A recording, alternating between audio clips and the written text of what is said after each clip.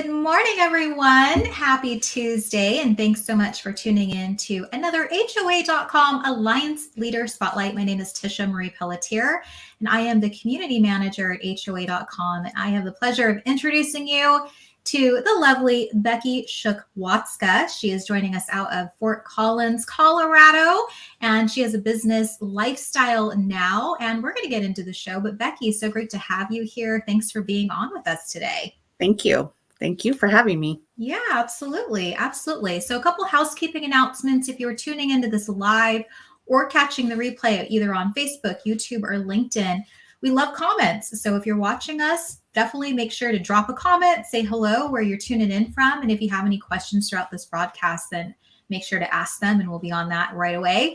Also, if you're watching the replay, we can also answer your comments. So make sure to drop those too.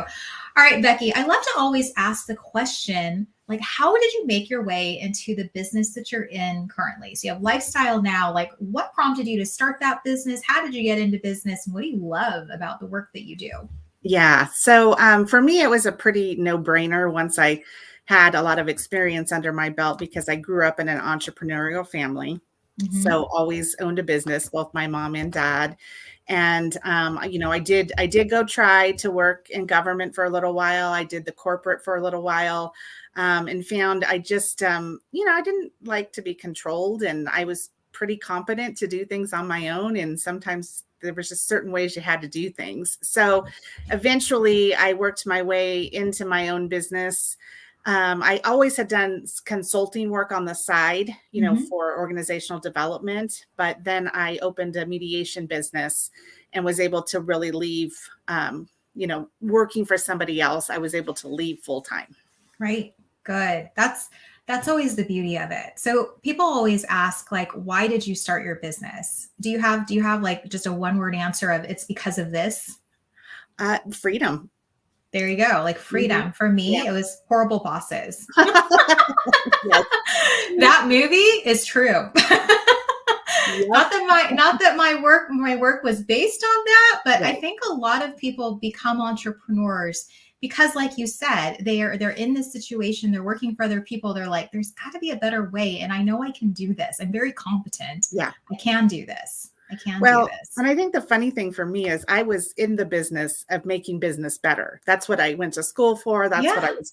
And sometimes it was like, okay, the level of toxicity of just what's going on in the team, like we're supposed to be better than this, right? We're supposed to be the one teaching people how to interact better and deal with change. And yet we're struggling ourselves and we're not addressing issues. So that was hard for me. Right. Oh, that would be hard, I think, for anybody, for sure. For sure. Or working in an environment where change isn't happening. Yeah. Where you're like, there is a better way to do this. Exactly. Please, let's figure it out. Let's figure this out. And I know that was just a frustrating point for me. So, okay. So now you've started Lifestyle Now. Tell us a little bit about that company and what lights you up about it. Like, why do you get up in the morning to do this business? Yeah. So I think the big thing, it's all about connecting people to what they love to do, what their passion is, connecting people to supplemental income that they can turn into passion income eventually, even connecting people with resources. And, I have a pretty large network. And so when I sit down to meet with people, it's like, oh, okay, I can connect you with someone who does that, or I can refer you to someone who does that. And I like that because, it kind of puts me in the know, and it's nice to be able to help people get to someone or something that they need. I agree with that. I don't think I've ever had someone come to me, Becky, and say, do you know somebody that does this? And I'm like, nope, not at all. Not at all. If it's not the person that I think that I can at least say, but I do know someone that is in that industry who may be able to help you. I think there's just something to be said about don't leave someone just empty-handed. Give them something, even if it's a referral to someone else. Right. Exactly. Yeah. I'm very much like you. Connections really make the hugest difference. And I love that when people can take that time to make a really good connection and help that connection, it's even better. It's beneficial for both of you. Right. So I know that you probably have so many tips that you can share. So what are some things that you recommend to businesses or business owners that that just have helped your business grow? Yeah. I mean, I think the most important thing is you've got to find what differentiates you or what your niche is. And I learned this mediation and also organizational development, those were easy. Like Mm-hmm. people weren't doing those things. When I started OD, I was at the forefront of that, right? And mediation was so new that I even wrote a book on it that, our American culture is just not quite ready for sort of a socialistic approach to, Mm-hmm. to working together. And so when I came to Colorado, I decided to do something a little more low key because my kids were entering the tween age and I needed something that wasn't so psychologically draining. Mm. And so I decided, well, my husband loves to hoard, so I'm going to start an estate sale business because I can resell things, right? Yeah. And I did my market research. I looked at what was going on. I'm like, well, there's a lot of secondhand stores. Mm-hmm. There are people who already have the high-end estates. So I said, where is the gap? And the gap was in the mid-market. It was in Mm-hmm. the seniors who were downsizing their big homes and going to live in smaller homes, and nobody was taking that market. And Right. so for me, when I look at someone's business, I say, okay, what's our differentiator? What is going to make us stand out? Because we don't want to be just like anybody else. Mm-hmm. Yeah, no, I agree with that. I think that's so key too, because you see a lot of people that just want to be everything to everyone, and not true. We don't have enough hours to be everything to everyone. No, we And don't. so I had a good friend of mine I visited with. He was actually from another cold state, Utah, enjoying the sunny weather over Thanksgiving. And he was here in Arizona, just like, I want to move here. I want to move here. Like he was wearing shorts and t-shirts, and I'm like bundled up. Yeah. Because 70 degrees is freezing to me. So we're sitting outside, and I loved that he said something very similar of the way you speed up in your business is to really strip back, like figure out what you don't really need. And are there things that you're trying to offer, programs, packages in your business that really don't suit you? It's just Mm-hmm. another thing that you have. So, can you focus going into this new year and really look at, like you said, what's my differentiator and how am I going to stand out and what is my main focus so that people know me for this thing? They Right. know me for this thing that I do. Right. Yeah. Well, and even within helping people find side hustles, I learned that there are also the side hustles you want to select are also ones that are not in, there's not a lot of competition out there. Because I Mm-hmm. had for a while, I had a health and wellness in here, and I love health and wellness. But the thing is, it's such a saturated market that True. it's really hard for people to make money quickly. And it's also, you're going to take forever to get to a place where you can actually run it as a business. And so I really got focused about which are the side hustles that are different from other side hustles. And Mm-hmm. those are the ones I'm going to do because it shouldn't take people, 2 years to start making a profit, right? Not in Right. today's world. So, Right. So let's talk about this side hustles. What is the craziest side hustle? Like the most interesting, unique side hustle that you yourself have done or have helped a client to do? I'm so curious about what the side hustle is. yeah. Well, there's a couple I would say. First off, one that I'm working on right now that I absolutely love, and I'm just going to use a generic term and then we can dive into it a little bit, but it's image consulting. And, Yeah. back in the day, people used to do colors. I don't know. I had my colors done. Are you a Yeah. spring? Are you a summer? Right. And so we said, again, what's our differentiator? How are we going to, and for us, it was joining a whole bunch of things together. It was, yes, colors and how you show up, how you look, Mm-hmm. but Mm-hmm. it was also how do you reflect from the inside out? Where's your Mm-hmm. confidence? How is that coming? And even Yeah. to your surroundings, to the point where, do you go home and are you in an environment that also reflects you and makes you feel comfortable, right? Mm-hmm. And so I think we've got some differentiating factors there that are going to make it really good. And I also think that, I still do a lot of estate sales stuff. And I find that people really love this business. They love the concept, Mhm. of reselling things. And for me, I'm out in clients' homes and I'm meeting different people and finding different things. And there's never a boring day. And we deal with such unique things that you're always like, oh, look, this is something different. I haven't seen this before. I love to say that every day where it's like, oh, this is a new thing that I'm learning about. Right. Yeah. Yet you still have the basic knowledge to say, okay, how do we look at this and price it and know that, it's going to sell in the market and all of that kind of stuff. So really right now, I think those are my two favorite, because there's just there's a lot of interest in both of those. And Mhm. I like when people express interest, because you're in the right place.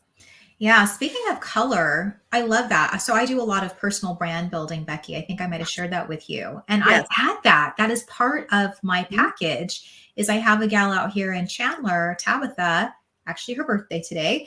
But she does color analysis, and she just, it's so much a part of your brand about the colors that you choose and your surroundings and how it makes you feel and how it enhances your face and all of Yes. these things. I always tell people, I'm like, black and white are not colors. They're not colors. Like, please refrain from always choosing black and white. And you would not believe how many of my clients are like, that's me. Exactly. I don't have anything colorful. And I'm like, well, you better get on it, because our next stop is the photo shoot, Exactly.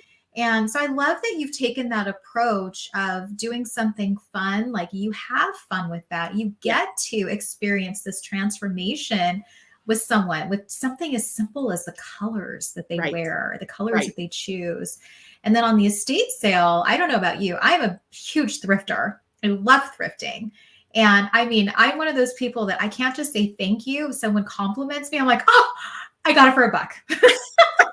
Where you got it, and yeah. I know. This is where I got it. This is how much it was. And thank Yep. you so much. I'm so excited because I did not pay full price for any of this. Yeah. I think it's awesome. And we want to also incorporate that into image as well, because, our belief is that right now, a lot of fashion drives how people dress, but that doesn't mean that's them. Yeah. And so, really, how do you reflect who you are? And that really is a theme through everything that I do, because I don't believe that people can be successful in business if they don't understand themselves and they don't show up in a powerful way as themselves. I just don't think you're going to be successful. I agree. I agree. That's such a great industry tip too. And I say that all the time doing personal branding is you've got to figure out you first. You can't Yeah. just please the masses if you don't even know who you are to the core, what your values are, what you stand for, what lights you up, who the people are that you want to surround yourself with. It's like we talked about a little earlier in the broadcast, that you can't be everything to all people. So you might as well let go of that whole idea. It just Yeah. it's not going to fly. It's not going to fly. Right. Yeah. I love that. I love that you and I have so much similar, we have these great minds of this is what it is. This is how you become successful in business. And it really starts with you. Mm-hmm. It does. Good. Okay. So you're working with your clients, you're helping them with these side hustles, you're helping them to have this supplemental income. How do you feel, Becky, you go above and beyond for your clients? The service is such a big thing, especially with HOAcom, but service, how do you provide that exceptional customer service, all of those things? How do you go above and beyond for your clients that you work with? It's funny. It's almost the opposite for me. I have to scale back because I am so giving that, I tend to give away the farm, and I have to come back and remember, I'm actually trying to make money doing this as well. Right. So, it's like, so sometimes for me, it's being able to give a lot and then draw boundaries. I had a client the other day who was saying, well, we need to push the date up on this. And I was like, you know what? I have accommodated you so much, and I love to accommodate my clients. But at this point, I have to draw the line, because I know my business and I know we need this date to be here, not here. Right. Right. And so I think for me, it's when I show up, people just think that they know I'm a giving person. I'm the one who shows up with the goodie bags and gives people free product, and I'm give away advice all the time. Like, you'll never see me say, oh, well, let's set up a meeting and then I'm going to charge you for that. I just don't do that. Yeah, right. So yeah, so I'm still trying to find the balance, but I don't think there's anything that I'm not willing to give people when they ask. Yeah, that's good. It's good. Like you said, I think it's good to be able to be reliable. People can come to you. They know they can come to you. But you're right. Like it's also a fine line of, but there's how much is too much? Like how Yeah. much am I giving of myself, where you're right. Like business is about serving, and serving doesn't mean that you have to do that for free. Yeah. That you can also make some money at it. Mm-hmm. All right. Well, good stuff. Well, and thank you to the people who are viewing. I know we've had some people popping in and out. So tell me, like, what are some fun things that you're working on? I know you have so many things going on out there in Colorado, but what are some things that you're currently doing, or what are you looking forward to in this next month, Becky? Well, I am looking forward to the vendor show that we're having, because it's my opportunity to spotlight the different types of side hustles that I have. And, I usually give a little free bottle of wine away and some free little piece of silver so people can see, like, it's the gift giving season, right? And I have a lot of things that people could do uniquely. And so that's what I look forward to, is matching people up with something that's going to be unique. Like, have you considered giving a subscription to Legal Shield? Like, or people are like, what? I'm like, yeah, this is the best thing you could do for someone, is to protect their assets and to give them something that they can't have access to themselves. Even though they may be able to purchase it, they may not even know about it. Right. Yeah. And so I love being able to match people up with those kinds of things that they give a gift that's really unique, because sometimes it's also about an experience. It's not always about the product. And that's a big thing in today's world, is people, especially the millennial generation, they want to purchase experiences, not just, they don't just want wine. They want the wine hosting experience. Right. So that's kind of fun for me, is to be able to be in this season and to make those matches happen. Yeah, I'm with you. I've never been a big gift receiver or a gift giver. I really try to find the different experiences that I can do with someone, versus like in a couple of weeks, I'm taking clients and sponsors and all sorts of fun people out for like a luncheon and doing fun little gift boxes and things. But I mean, I can't imagine just saying, here's a gift card for you. Have at it. Have fun. Yeah. Like, I want us to all come together and experience this lunch together. And that's the fun part. That's the fun part of people saying, that was really good. That was really cool. Yeah. Or something that's sustainable and lasting, like silver. In today's world, who doesn't think they have to diversify their financial portfolio, and actually having, silver you can touch, a tangible asset. I mean, I find people just are thrilled at that kind of gift, that they can get, piece of silver every month. And it's not only something that you can do as a side business and sell, but you're also building your wealth as you're doing it. Right. Yeah, I love that. So when you're working, like, okay, so I'm a potential client. I come to you and I say, Becky, I would really like to find a side hustle. I have no idea what I'm good at. I don't know. Like, can you walk us through, how would you work with a client like me who may be looking for a side hustle? Yeah. Well, the first thing I'm going to do is I'm going to ask them questions like, what lights you up and what are you passionate about? Because the biggest thing is that you want to land where you're passionate about something. Sure. And that it's not the same for everyone. And sometimes I have a variation on side hustles. Some are more heavy sales and some are less heavy sales. And that's a really key thing right up. I got to assess their sales likability, because they may just like, I can't do that at all. Right. And so, then I might push them. So estate sales does involve a sales component, but it's actually pretty easy going, because by the time they come to you after they've seen the pictures and everything, they're ready to buy. They're ready. Yeah. So it's not a hard sales at all. So somebody who wouldn't be into sales, but are organized and and still like to, get out there and see people, that would be a perfect one for them. Mm-hmm. Right. But I probably wouldn't turn them on to maybe the wine, because that's more of a social thing. Right. And you Right. constantly have to be talking to people about the wine. And I'm really trying to find something that's going to match up to their Mm-hmm. personality, because that's so important. And once I assess that, then we can go down the road of saying, okay, I do have these vetted side hustles, but we could also explore something that you might be interested in that you've wanted to build your entire life. And what is Right. that? And then there is that piece of also, though, looking at the market analysis. And once we know this piece, we got to get down and we've got to really see if it's a viable business option too, Yeah. because I've been down the road. For example, I did Amazon affiliate for a while. Mm-hmm. And in the beginning, when people did Amazon affiliate, they made pretty good money because Mm-hmm. the commissions were good, and you could build Facebook groups pretty fast. And when I came in, that's when you were kind of having to break through the noise now, right? Yeah. And the commissions had been cut, a number of times, and I looked at it and said, oh my gosh, this is going to take me 8 years before I even get to the $100,000 that I'm used to making in a business, right? Yeah. Right. And I wanted to go way beyond that. And I thought, okay, this is what people really need to look at. They need to look at the numbers. They need to look at, is this really going to meet what you need? And sometimes I go in, I'm so excited and I want to make a difference. And I know I can do better, but there are just some limitations on certain businesses and the market need or interest, and you have to look at all of that. And I think people will just jump in and say, oh, I'm just going to make this work. It's like, maybe not. You might be in the wrong market area, and we really need to assess that. Honestly, I think that's the biggest driver of a mistake of most people, is that they don't sit back and really assess the situation and see if it's a viable product, a viable service, and one that people want.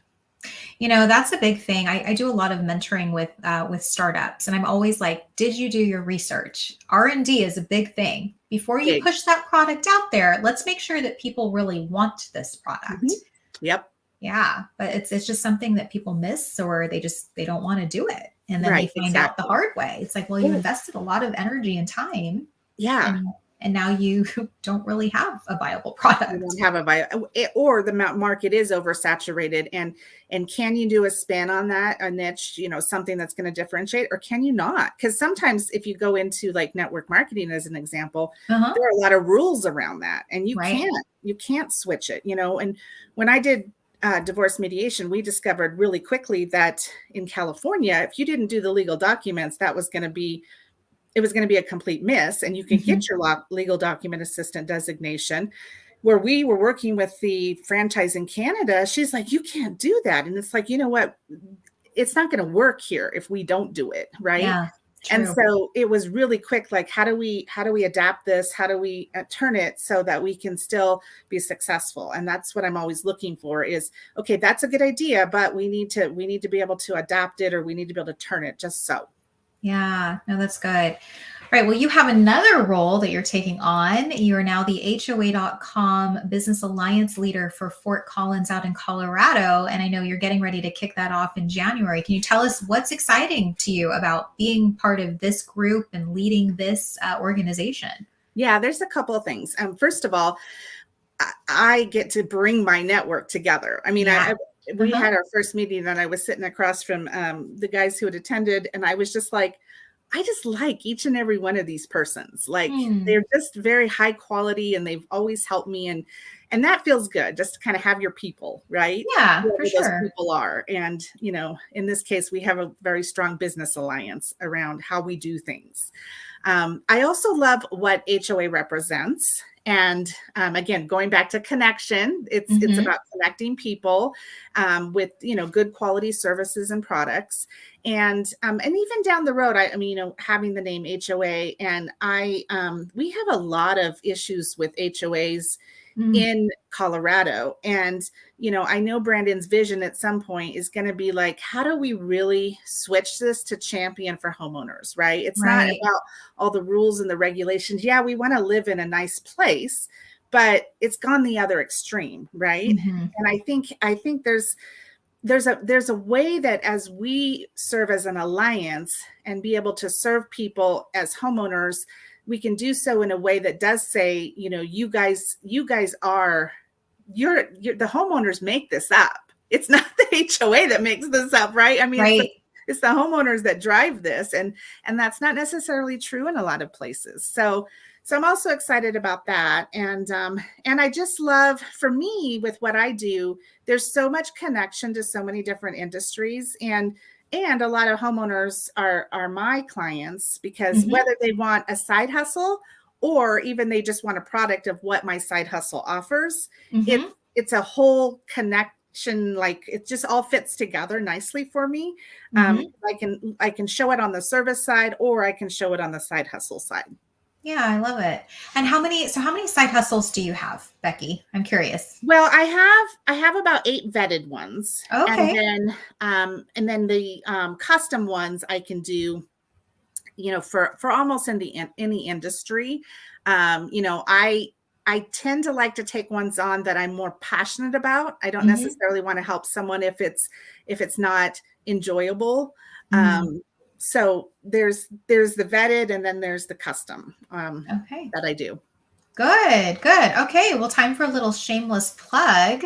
Share with us how people reach out to you. I'm going to go ahead and put your website up here too, and the types of client that you're looking for, like someone that is. Yeah, exactly. And it's funny. It actually says it right on my website, like the type of person I'm looking for. And it really is somebody, who's authentic, who's motivated, who, wants to get in here and work hard, but also eventually, earn some residual type income. So those are the kinds of individuals I'm looking for. And I think that anybody who's interested in business, I have a lot of stuff written on my blog just about running a good business, in addition to side hustle examples and things. So there's a lot of good content that you can just grab and be able to look at and say, oh, okay, this is important in a business. Good stuff. All right. And your next meeting for HOA.com, do you have a date set for the new year? Yes. We're doing the 4th Thursday of the month, because the core team that I have meets the 2nd Thursday. So we're trying to prepare as a core team, and then we're ready for the meeting the 4th Thursday of the month. 4th Thursday of the month. Awesome. Yeah. Well, I will have to make a trip out to Fort Collins to meet you and the team when it's nice and sunny. I'll just give you that. Anything else you'd like to add, Becky, before we round out? I don't think so. I think just, people keeping an open mind about, all the things that are possible in the world is a good way. Don't just cut things off. Look at opportunities and assess them, because I'm big on opportunities, but I'm also big on assessing, whether they work or not. So it's a balance. That's a really great lesson too. There's a lot of opportunities, but before you jump right in, like, make sure you know all the facts, make sure you do your research and assess. I love that tip. Yep. Good stuff, especially as we head into the new year, because a lot of people will be looking for side hustles or starting businesses up. Well, good. Well, thank you so much again, Becky, for being with us out of Fort Collins, and happiest holidays to you and to all of you watching live in the replay. Have a great rest of your week, and we will catch you back on another episode of HOA.com Alliance Leader Spotlight soon. We'll see you, everybody.